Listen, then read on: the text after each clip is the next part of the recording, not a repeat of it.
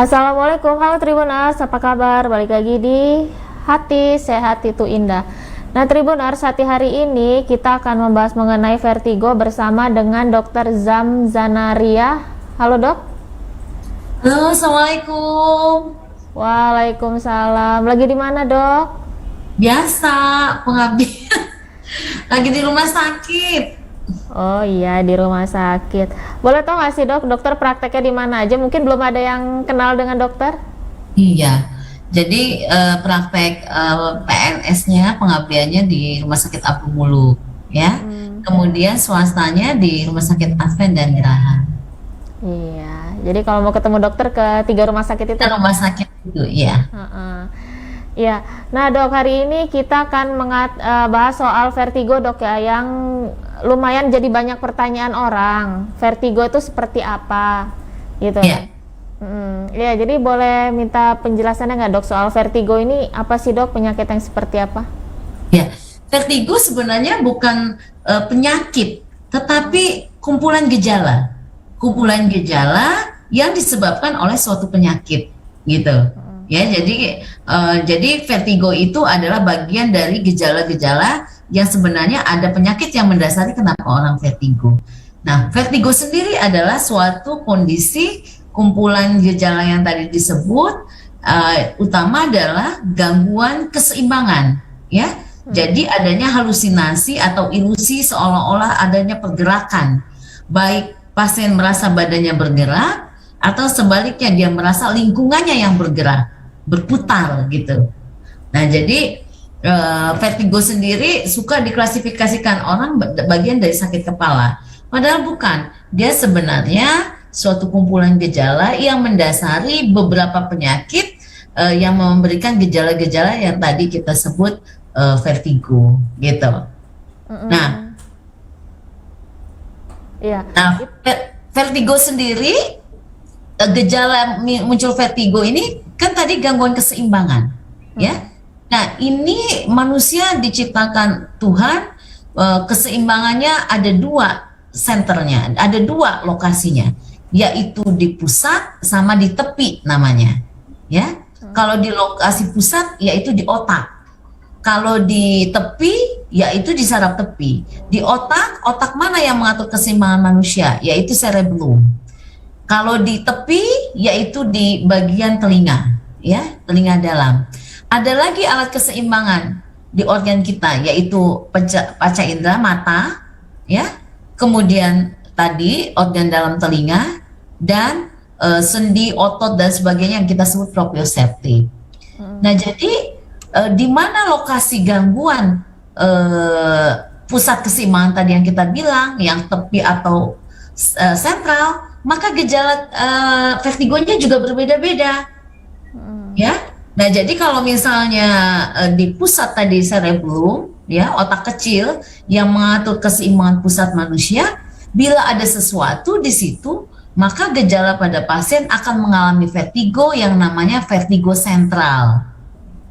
Nah, kalau lokasinya yang kena gangguan penyakitnya adalah di telinga organ dalam, ya, atau di mata, di daerah retina, atau tadi yang saya bilang di proprioceptif, maka ini masuk vertigo perifer. Nah, jadi gejalanya beda. Kalau vertigo sentral, khasnya adalah vertigonya biasanya tidak pernah ada jeda, selalu ada gangguan tubuh tidak stabil, nggak seimbang, ya, goyang, kemudian melihat jalan tidak rata, kemudian melayang, sempoyongan, dan itu terus menerus. Dan jarang vertigo sentral yang hebat, tetapi awet, artinya nggak pernah berubah dia. Selalu begitu terus, walaupun dalam pengobatan vertigo, dalam pengobatan ditenangkan keseimbangannya. Nah, bedanya pada vertigo yang tepi, kalau kena dia tipikalnya vertigonya hebat, rasanya pusing berputar yang hebat, bahkan sampai muntah-muntah, bahkan sampai telinganya berdenging, badan keringat dingin, lemes badannya. Kemudian kadang-kadang pasiennya sampai pingsan, ya, saking dia menahan goyangnya. Jadi kan ini ilusi, ya, ilusi, halusinasi seolah-olah berputar, bergerak, padahal kan badannya diam aja sebenarnya. Nah, ini terjadi kenapa? Karena persepsi diri terhadap kondisi lingkungan.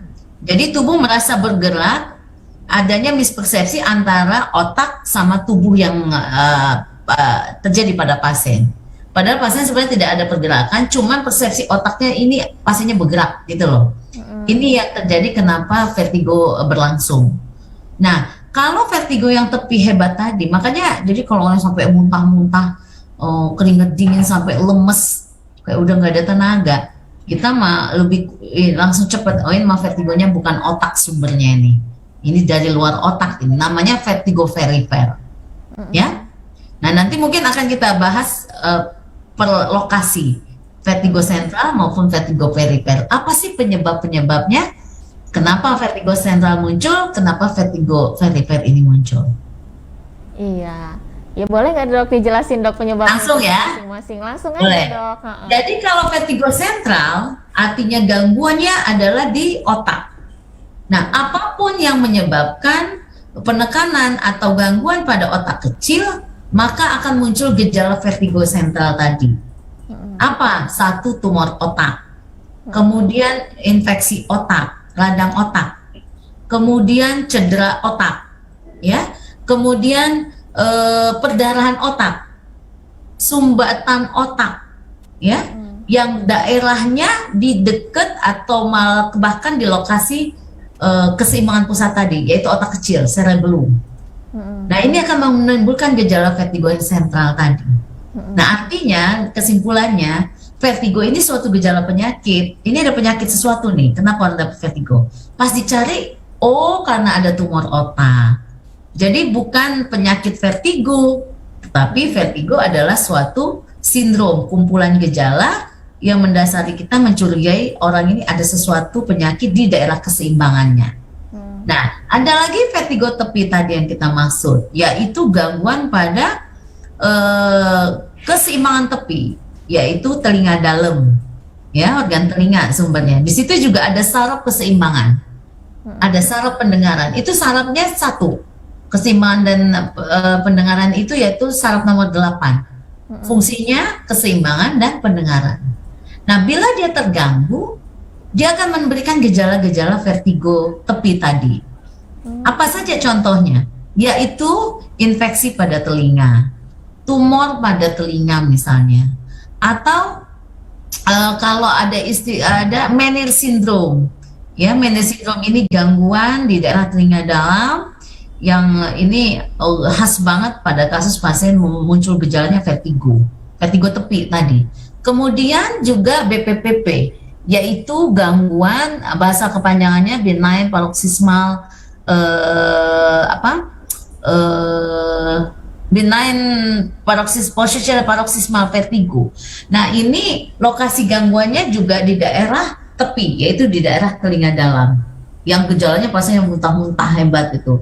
Nah, kayak mabuk laut dan sebagainya, itu vertigo yang dari tepi, ya.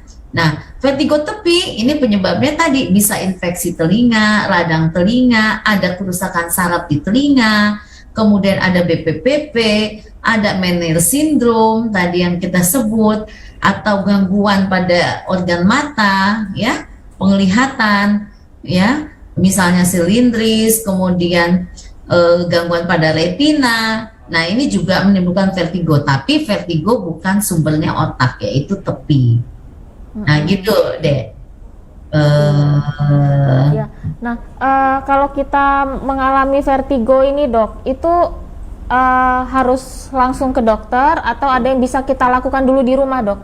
Ya, jadi paling sering hampir 70% orang mengalami vertigo perifer, vertigo tepi tadi, ya, yang khas muntah-muntah, keringat dingin, lemas, muter, pusing berputar, kayak gasing rasanya. Apa yang harus dilakukan? Kalau lagi mengalami itu, maka segera mungkin cepat diem, ya, diam, jangan bergerak. Kalau dia berdiri langsung duduk. Kemudian ini tindakan pertama yang harus dilakukan ya, merem matanya, ya, tenangkan ini kondisi. Kemudian kalau dia bajunya ketat, lemaskan, bebaskan badannya dari baju-baju yang ketat tadi.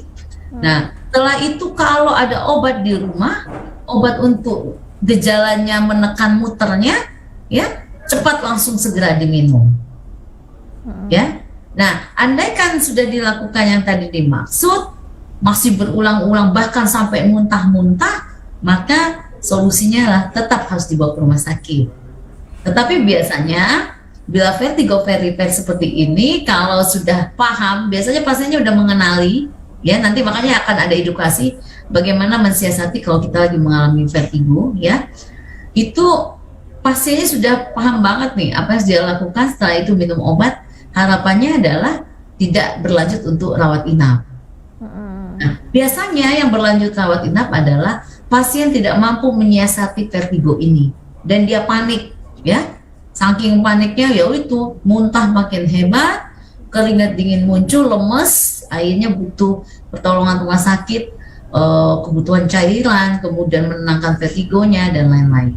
Biasanya pasien nanti akan setelah serangan berulang-ulang baru dia mengerti apa yang harus dia lakukan pada saat serangan vertigo. Gitu. Iya. Dokter kan tadi bilang katanya itu serangan berulang-ulang. Berarti vertigo ini apa sulit sembuh, Dok? Sulit sembuh total. Jadi kalau vertigo ini kan gejala tadi, sindrom, ya, kumpulan gejala. Jadi penyakitnya ada penyebabnya nih kenapa dia vertigo. Nah, selama penyakitnya itu punya sumber penyebabnya, yaitu akan terjadi pengulangan vertigo berulang-ulang. Misalnya ada infeksi pada telinga, nggak ditenangkan, nggak diobatin, ya vertigonya kumat terus. Yang kedua, misalnya vertigo sentral tadi, tumor otak di daerah cerebrum, pengatur keseimbangan pusat, ada tumor di situ. Bila dia vertigonya muncul, ya akan terus menerus, bahkan kalau yang di sentral sampai tumornya diangkat, sampai nanti bertahap pelan-pelan dengan latihan dan sebagainya, keseimbangannya bertahap diharapkan pulih. Ada bahkan kalau vertigo sentral sifatnya cacat, dia akan merasakan terus-terusan gangguan keseimbangan yang tidak ada ujungnya, ya. Jadi kalau keseimbangan pusat ini endingnya memang cacat keseimbangan, stroke. Jadi orangnya nggak lumpuh, orangnya nggak mencong mulutnya, tapi nggak bisa jalan, keseimbangannya terganggu. Nah, setelah kita obati sampai 6 bulan, pasien tetap dia pulih, perbaikan keseimbangan, tapi tidak sempurna. Nah, ini biasanya memang terjadi kecacatan permanen, gangguan keseimbangannya, sehingga dia jalannya akan berbeda sama orang-orang yang normal. Jadi merasa tetap goyang, walaupun lebih baik daripada awal terjadinya serangan waktu pertama kali. Nah, untuk vertigo perifer yang tepi juga sama. Apa penyebabnya itu dibenerin. Selama nggak dibenerin ya akan kumat-kumatan, ya. Apalagi tipe BPPP. Nah, kalau BPPP ini mah sudah siap-siap, pemilik vertigo sudah mengerti akan kumat dimanapun saat apapun dan tidak ada kabar dan WA SMS. Jadi sudah siap tuh bahwa vertigo ini akan kumat sewaktu-waktu. Artinya nggak ngasih kabar, nggak ngasih peringatan dulu. Lagi ngobrol sama teman-teman tiba-tiba muter. Lagi jalan tiba-tiba pusing. Lagi naik motor tiba-tiba pusing, tiba-tiba muter. Nah, jadi kepada pemirsa atau pendengar Tribun atau yang nonton hari ini yang mendapat edukasi, bila ada memiliki gejala-gejala vertigo dan sumbernya kecurigaan tadi yang dokter bilang, salah satunya ada gangguan telinga dalam BPPP, karena serangan ini berulang, maka sudah harus bisa mensiasatinya dengan baik. Caranya adalah setiap kena vertigo langsung berhenti semua gerakan, diem dulu, ya, istirahatkan total, tutup matanya, merem. Setelah merasa lebih nyaman, lebih tenang, baru mata mulai dibuka kembali dan diulang-ulang biar adaptasi. Nah, selama masih merem itu masih merasa goncang terus, lakukan tetap pejam mata, ya. Kemudian orang yang sudah memiliki gangguan keseimbangan yang saya sebut vertigo verifer ini, kemanapun bawa obat, ya, dimanapun bawa obat, di dompet taruh obat. Karena kata dokter dia kan kumatnya sewaktu-waktu, nggak pernah ngasih kabar, nggak ngasih WA, SMS, mendadak aja. Nah jadi pada saat kumat, nah ketahuan kan, aduh goyang nih, langsung cepet konsumtif obat, langsung minum, dan bila obat yang dimaksud tadi tepat, maka tidak butuh waktu lama vertigo akan hilang, ya, sehingga pasien akan bisa aktivitas kembali. Kalau dia sudah bisa mensiasatinya dan sudah pernah melakukan pengobatan. Nah, yang sulit ini pasien yang belum pernah mengalami vertigo, tiba-tiba vertigo. Nah, itu biasanya memang sahabatnya ya rumah sakit, ya. Kalau vertigonya berat, ya sampai muntah-muntah hebat, ya, sampai lemes, keringat dingin dan sebagainya, dia kenapa harus dirawat? Karena kan muntah nih. Jadi apapun yang masuk pasti muntah. Makanya kita tenangkan dengan cara hentikan muntahnya biar obat bisa masuk, kemudian obat vertigo kita masukkan, tenangkan keseimbangannya, paling butuh waktu berapa hari pasien akan perbaikan. Jadi jeleknya vertigo verifer ini, kalau serangan hebatnya nggak ketulungan, tapi kalau tertangani dia cepat banget ya perbaikannya. Gitu. Iya. Jadi vertigo ini nggak mungkin ya dok ya dialamin kalau nggak ada penyakit penyebabnya ya dok ya? Ya, pasti Nah, ada edukasi juga nih, dasarnya. dok. Iya, karena vertigo itu cuma gejala.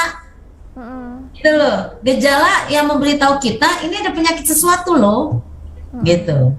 Ada penyakit sesuatu loh. Walaupun banyak kasus hampir lebih dari 70% vertigonya rata-rata memang gara-gara vertigo telinga dalam ya, bukan di otak sumbernya. Dari verifer tepi. Nah, dari tepi ini dicari. Siapa tahu ada infeksi di telinga. Siapa tahu kadang-kadang tai kuping kita itu kalau nyumpet di situ itu juga bisa buat orang jadi vertigo. Oh iya tadi. Iya, kotoran kuping yang keras nyumpet di situ. Ya itu kadang bisa buat orang dicari nggak tahu, taunya tainya pas dikeluarnya segede gini, tai kuping, pas dibuang kupingnya enak, langsung keseimbangannya bagus kembali. Jadi ada dasarnya kenapa dia dapat vertigo, itu harus dicari.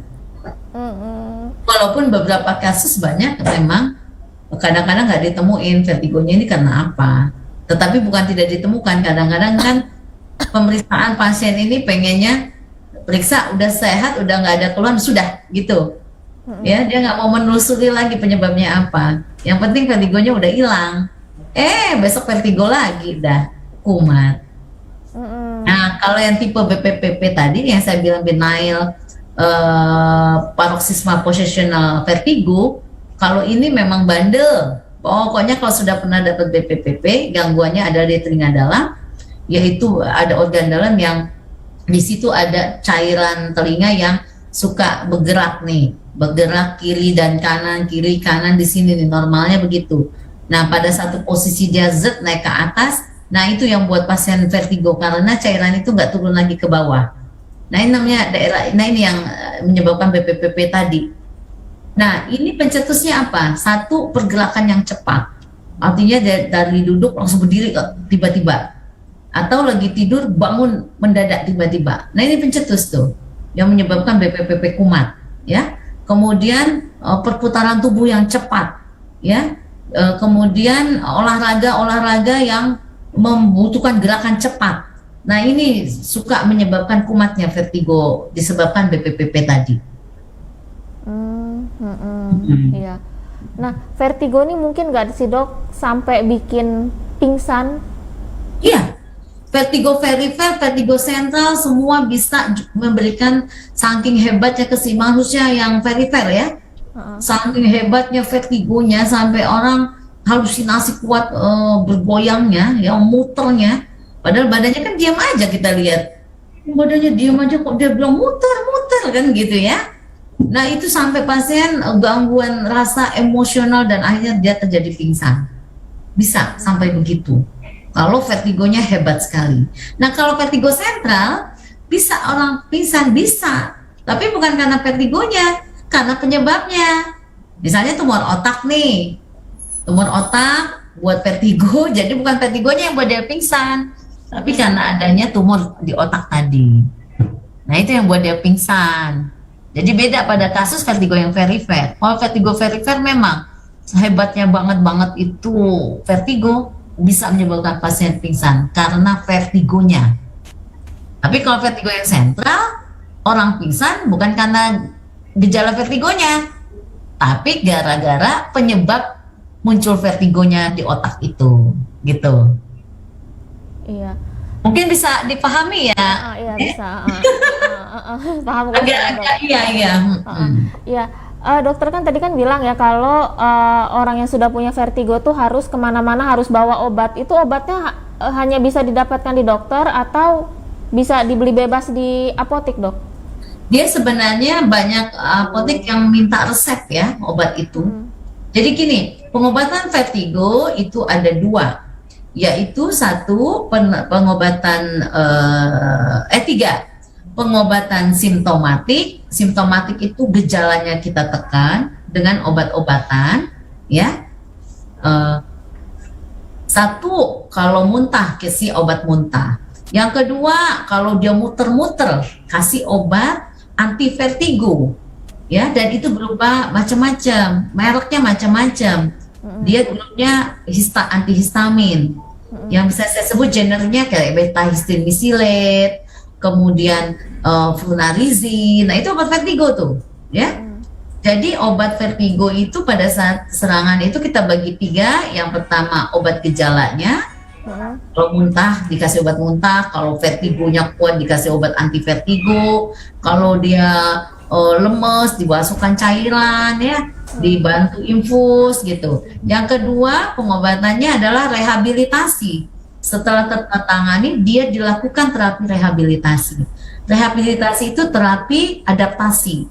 Jadi dia harus beberapa tindakan latihan yang dilakukan, seperti latihan sederhana adalah menggerakkan kepala ke kanan, ke kiri, olahraga seperti biasa. Nih, ya. Ada teknik-tekniknya. Di YouTube juga ada itu, ya. Jadi lehernya saja yang bergerak, itu latihan rehabilitasi, terapi adaptasi, atau latihan dari duduk, berdiri, duduk, berdiri. Jadi mengulang-ulang mengulang-ulang gerakan. Itu terapi adaptasi. Ya, terapi rehabilitasi. Kemudian ada lagi banyak teknik-teknik terapi untuk vertigo, seperti teknik ada macamnya lah ya. Salah satunya Hallpike ya. Kemudian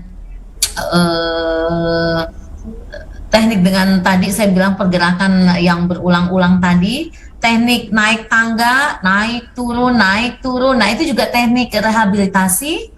Dan yang ketiga yaitu terapi etiologi, terapi penyebabnya. Ya, jadi kalau tumor ya tumornya ditanganin, infeksinya ditanganin.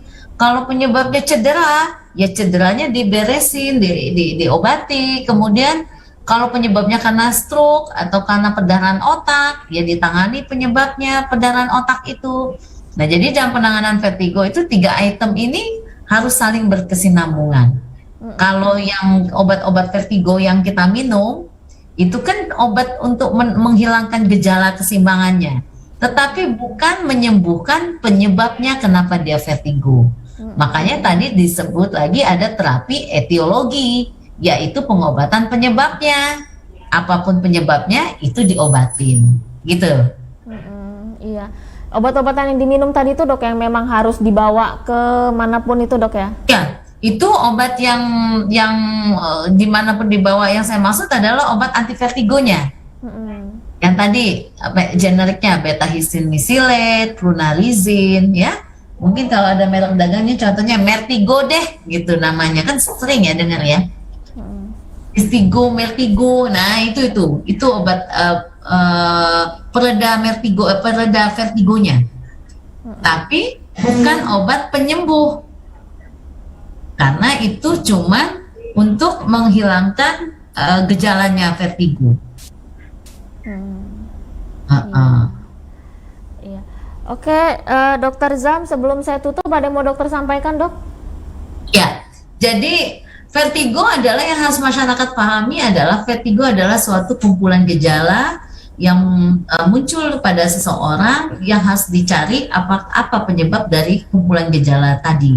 Dan vertigo bentuknya adalah berputar hebat, ya, halusinasi kuat, bahwa merasa ada pusing berputar yang kuat, badan yang bergoyang, atau lingkungan yang bergoyang, atau bumi yang merasa gempa bumi, atau rasanya melayang, atau rasanya goyang, atau rasanya ngambang, ya, atau rasanya terbang. Nah, itu gejala-gejala yang akan dirasakan pasien. Jadi grade-nya pun ada yang ringan, sedang, sampai berat. Jadi bila mengalami vertigo yang tadi dimaksud, maka lakukanlah teknik-teknik yang tadi diajarkan. Jangan panik, istirahat, langsung tutup matanya, biar keseimbangannya perbaikan bertahap, dan segera obat yang tadi dokter sampaikan, minum langsung agar tidak berlanjut dalam perawatan rumah sakit. Andaikan ini vertigo yang tadi saya maksud adalah vertigo perifer. Ya. Iya. Oke, Dokter Zam, terima kasih banyak ya, dokter, atas waktunya. Yuk. Iya. Sampai ketemu lagi ya, Dok, ya. Sampai ketemu lagi topik berikutnya ya. Oke, sip, Dok. Ya. Iya, Dok. Assalamualaikum. Waalaikumsalam. Oke, Tribuners, itu tadi obrolan kita bareng Dokter Zam. Sampai jumpa lagi di hati berikutnya. Assalamualaikum.